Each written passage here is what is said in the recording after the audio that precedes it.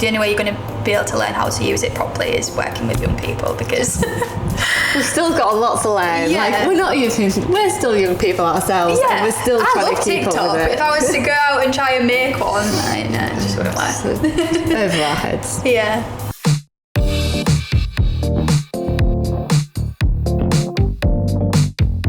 Hi, I'm Alice. And I'm Alex. And we're both project managers here at Eskimo Soup. So over the past few weeks, we've been having some difficult conversations. And today's, we're going to be talking about how to engage with young people, especially through social media. So one of the campaigns that we run here at Eskimo Soup is called Got Your Back. It first launched in June 2018, so it's been going for quite a while now. It's personally one of my favourite campaigns to run. It's really fun, to be honest. With Got Your Back, we kind of discuss all issues that young people in Hull are facing, because we feel like it's not really talked about much at all. It's not just on one topic, is it? It's everything. It's everything. We want to know what their issues are, what problems they're facing. We just wanted to have a bit more depth in understanding into that, really. So that's how it came about with NHS Hull CCG. They kind of came to us and they were like, we want to know what issues young people are facing, and we want to become a trusted media where they can come to and be able to share their problems, and hopefully some other young people feel the same. So within this campaign, we have started a podcast. Now, this podcast has only been going about a year now, but it's quite funny how this came about, because within Got Your Back we have the internal team here at Eskimo Soup, but we also have the editorial board. This editorial board has quite a few young people in. They range from 14 to 18, 19. It's been going for a while, so we've seen them go from school to uni. Like, they've stuck by this campaign for quite a while, and everything we want to do within this campaign we put to them, because at the end of the day it's a campaign aimed at young people. The young people themselves know what young people want to be talking about. So we'd have monthly editorial board meetings, and we'd have an agenda that we'd stick to and we'd put to them, be full of different things. But within those meetings, they always had catch up with themselves and catch up with us. They would talk about their experiences and things that weren't really in the agenda. So we thought, God, you guys have so much knowledge and so much experience on these things that no one else gets to hear. We sit in this meeting once a month and then that's it. Well, we asked them, would you guys be willing to do a podcast? And they were, yes. Honestly, they couldn't wait. They thought it was such a good idea. So with this podcast, the idea was to allow them to have a safe space where they share their stories and their opinions and on everything, which is obviously what we can offer them, because it's no judgment. So what we did with Got Your Back was we decided, we need a bit more of a structure. So we created this subtopic called Things I Wish I Was Taught, because a lot of young people don't get taught the things that they wish they did during school. I hear about people say that so much. Why do we learn about mortgages, even taxes? Exactly. And everything. I've heard that so often. Yeah, so we thought, why don't we just teach ourselves? Why don't young people teach other young people these things in a non-patronising way, which is the approach that we wanted to do. So from then, every month we had a different topic. So these ranged to about sex education. We know sex education is covered in schools, but let's be honest, it's not the bits that we want to know about. No, it's, I think as well with I'm not that involved in this part of the work. I know that you sort of lead on it. But I think it's great how they're so involved and they feel so comfortable talking to you about stuff like that, really, like sex education and stuff like that. It's quite you've got to really feel trustworthy. Definitely, yeah. You've got to trust the people that you're talking to. So I think it's great that you've built up that sort of relationship with them.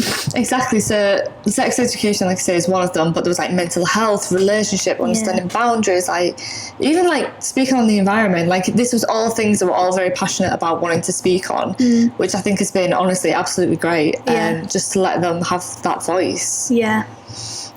I think that's something that when we've spoken to young people before, it's not feeling like they've got a voice. And I think this definitely gives them that platform, doesn't it, to talk about what matters to them. Exactly. And I mean, these are difficult conversations that they're having with each other and with us. So it's just needed to be out there that other people can just listen to and just saying, God, I'm not the only one. All this time I thought I was, but it turns out I'm not. Yeah. There's a few key lessons that we learned whilst doing this podcast. The first point is to let young people lead. So we've touched on this briefly, but it's young people know what young people are interested in and want to talk about more than anyone else, which may seem obvious, but it's not, especially when it comes to professionals trying to talk to young people. A lot of the time it can seem patronising. Not necessarily every young person wants to speak to an old person. Like, I know it's always speak to a trusted adult, but some people don't have those trusted adults. Yeah, exactly. Which can be an issue. And it's the confidence to do that as well. Like, you're going to be more confident talking to someone of your own sort of who relates to you and is going through the same things as you. Exactly. Yeah. But it even comes down to social media. Like, if a young person was listening to an older person on a podcast, they'd probably think, well, yeah, I don't want to listen to them because they're not relatable. They don't get it. They don't understand. They can only try and imagine what we're going through. Yeah. Another key point was to motivate them with targets and fun. So we were so lucky to have a group of young people that were so eager to do this podcast. Yeah. But it might not be the case for other people. For example, if you wanted to put one on, it might not be as easy. Those young people might not be as accessible as others. So what we did was we did a target. So we said, right, every 5th episode we can have a special episode where we play a game and just talk about whatever we want to talk about, just to make it a bit more appealing.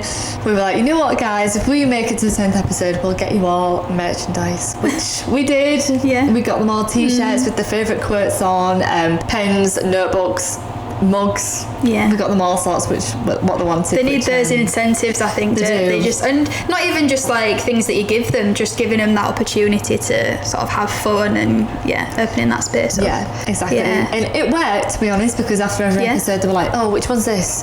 Oh, we've got 2 more to go until we get the merchandise. Yeah. Like, it really did push them, which was really good.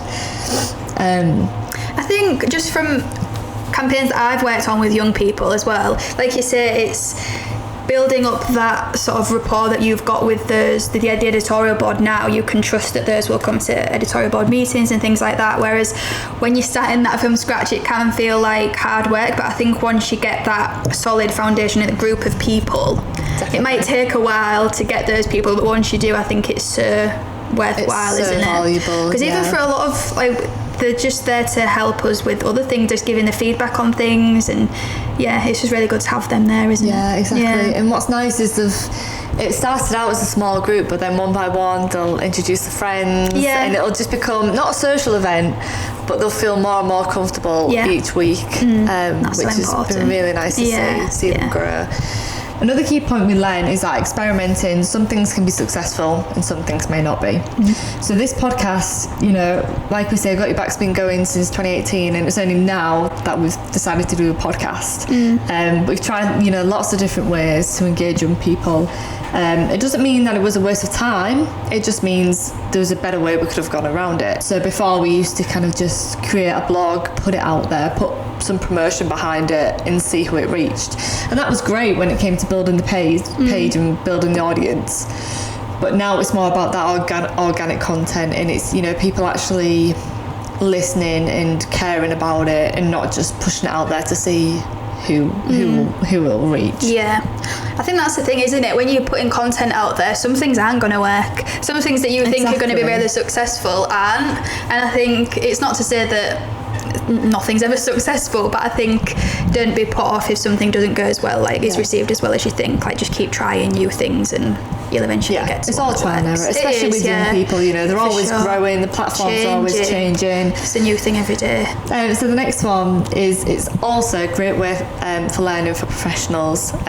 We just wish they would listen more. So the podcast obviously really showcases the issues that young people are facing, and like we say, it's great for the young people to listen and be able to relate to it.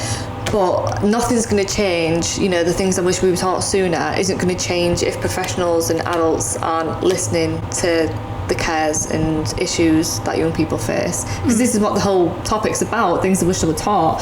And if adults and professionals were to listen and think, oh, hang on, I didn't even realise that young people were facing this issue, maybe this is something we should talk more about, we should care more about, it would honestly make all the difference. And, we can break down those barriers, those walls that are between young people and adults. definitely. Yeah, so our main social platforms are Instagram and Facebook, but we do have our Twitter, which is based purely for professionals. So, you know, whenever a new podcast is uploaded, we'll link it, we'll say, you know, this is what we talked about. You know, if you want to listen, if you want to care, if you want to hear more about what we're discussing, then that's where to go. And the final key lesson is that podcast on YouTube is the main way of reaching young people. Podcast has become, I would say, within the past few years, probably one of the most mainstream medias out there. It's become way more popular than it ever used to be. That's massive. I think I used to think about podcasts and think, why would anyone... Exactly. I thought, that's just for adults, like, who want to learn stuff. And I think lockdown, you know, everyone going on more walks, just trying to get out more, it's probably helped more with the audio side of things. But we still stand by that maybe podcasts aren't exactly for young people, like we're talking like from the age of 13. I'm not sure if they would. Especially, you know, you've got to have a subscription to like stuff, you know, young people necessarily don't have that money to spend for listening to podcasts. So what we do is we make sure that all of our videos, all of our podcasts are put onto YouTube. We now film them as well.